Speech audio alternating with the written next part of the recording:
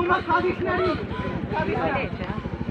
আজ কাঁদছিস এই গ্রামের লোকরা একবার যদি জানতে পারে ঘটনার কথা, আমাকে যে মহা সর্বনাশ হয়ে যাবে। চুপ করে যা, উমা চুপ করে যা, আর কাঁদিস না। সর্বনাশ!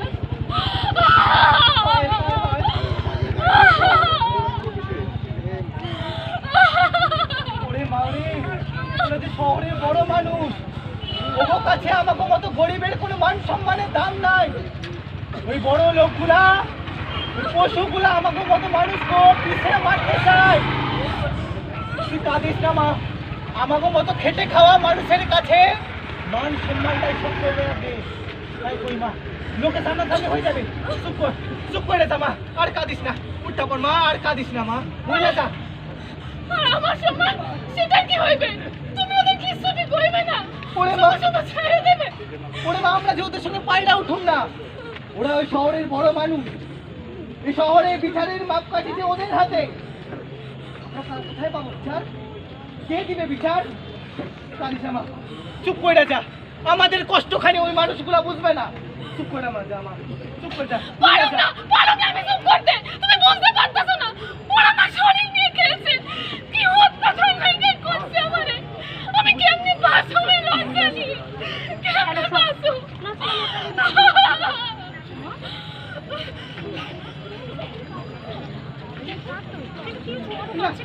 কিচ্ছু হয় না, তুমি ঘরে যাও, তুমি ঘরে যাও। ওর কিচ্ছু হয় না, তুই যা, ওর কিচ্ছু হয় না, তুমি ঘরে যাও।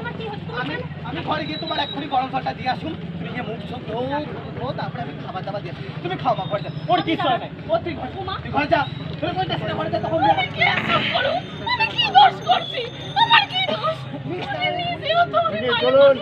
উনি বুঝতে পারবে না আমার সাথে কি অত্যাচার হয়েছে। তোমার শান্ত হও। তুমি বলো তোমার সাথে কি অত্যাচার হয়েছে? কে কি করেছে তোমার সাথে?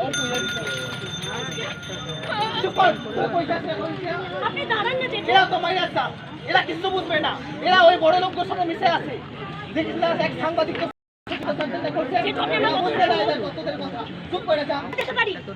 তবে মেরুদণ্ডহীন নই। সত্যিটা সকলের সামনে নিয়ে আসাই আমার প্রথম কাজ। আর আপনি যে বলছেন না, ঠিক একই রকম ভাবেই অপর মহলে নোংরা ষড়যন্ত্রের শিকার আমি নিজেও। সেদিন প্রথম এসেছিলাম এই অফিসে, সেদিন ওরা আমার সাথেও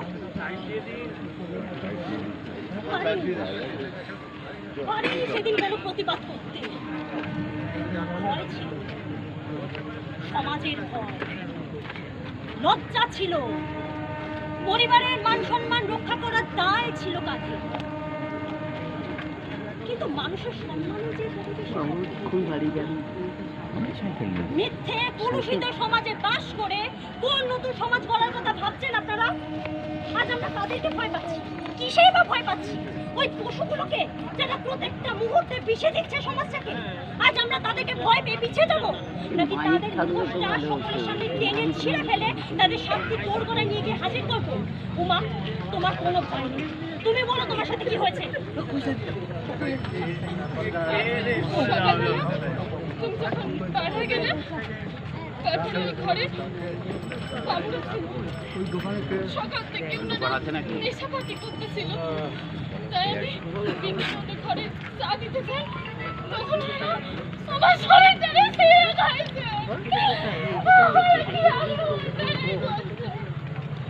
দেশ বিদেশের খবর মানুষের কাছে তোমরা নাকি আবার প্রতিবাদ সংগঠিত করো। এই বেলা কি হয়েছে? কে দাঁড়াবে আমাকে পাশে? তাই এইসব তোমাদের কোনো মতো কিচ্ছু তো হইবে না। তোমাকে সহযোগিতা আমাকে লাগবে না। যাও তুমি। প্রতিবাদটা নিজেদের মধ্যে আগে আনতে হয়েছে।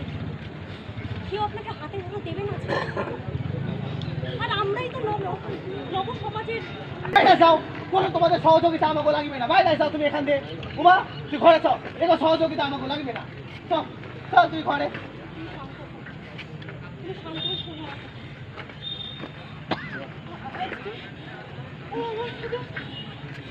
জেঠু, জেঠু আপনি আসুন তাড়াতাড়ি। জেঠু, উমা ওখানে গেছে।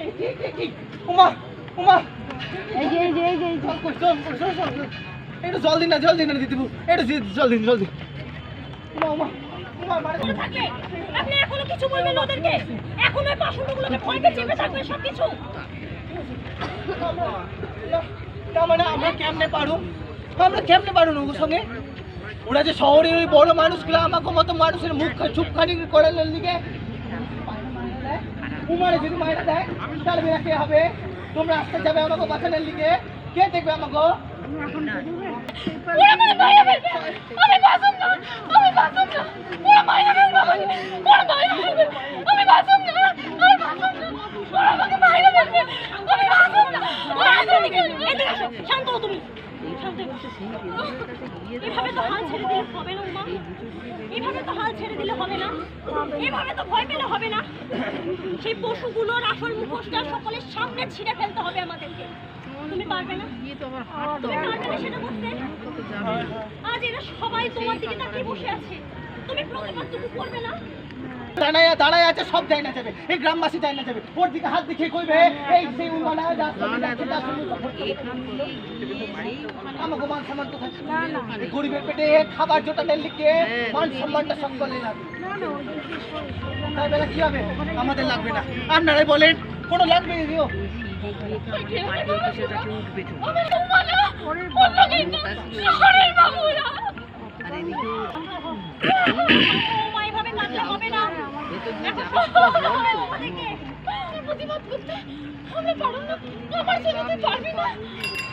আমরা কেমনি পারবো? মনে নাই সেইবার যখন ওই 9 বছরের বাচ্চাটারে স্কুল থেকে ফেরার সময় মারায় ফেলালো, কে দিয়েছিল ওর বিচার? দিয়েছিল সেবার ওই গৃহবধূটারে যখন ওরা ওইভাবে অত্যাচার করলো, কে দিল ওর বিচার? কোথায় হলো বিচার? ওই হাসপাতালে ডাক্তার দিদিটা বিচার শুনেছিলি? 100 দিন তো হয়ে গেল, পাইছে?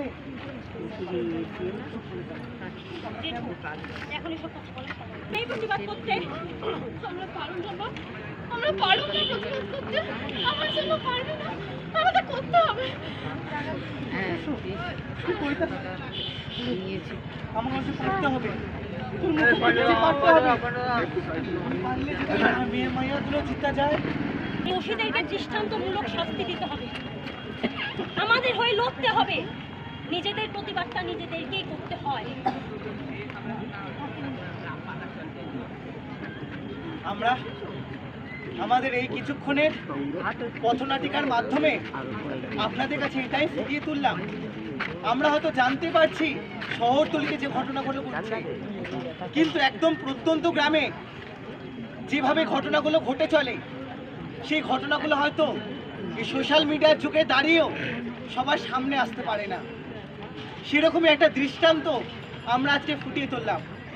আজকে আমাদের উপস্থাপনা ছিল বোধন, যেখানে আমরা দেখালাম, আমরা উপস্থাপন করলাম একজন গ্রামের মেয়ের ওপর কিভাবে একজন সাংবাদিক তাকে অত্যাচার করেছে, এবং সেই অত্যাচারের পরে শুধু সাংবাদিক মানে সে খারাপ হবে, শুধু সাংবাদিক মানে খারাপ সেটা নয়, আরেকজন সাংবাদিক হয়ে সে সেই মেয়ের পাশে এসে দাঁড়ায়, তাকে আশ্বাস দেয়, তার পরিবারকে ভরসা যোগায় নতুন করে বাঁচতে, নতুন করে প্রতিবাদ করতে, সমাজের সেই জানোয়ার লুটি পশুগুলোর মুখোশ টেনে ছিঁড়ে শাস্তির দোরগোড়ায় নিয়ে হাজির করতে।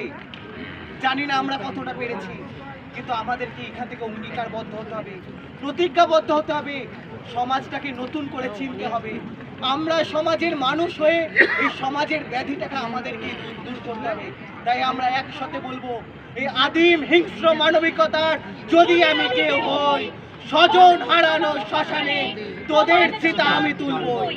এই অঙ্গীকার আমরা আজকে থেকে নিলাম। তাই আমরা একসাথে বলবো, এই প্রীতিলতার এই মাটিতে ধর্ষকদের ঠাঁই নাই, এই তিলোত্তমার এই মাটিতে ধর্ষকদের ঠাঁই নাই, মাতঙ্গিনীর এই মাটিতে ধর্ষকদের ঠাঁই নাই।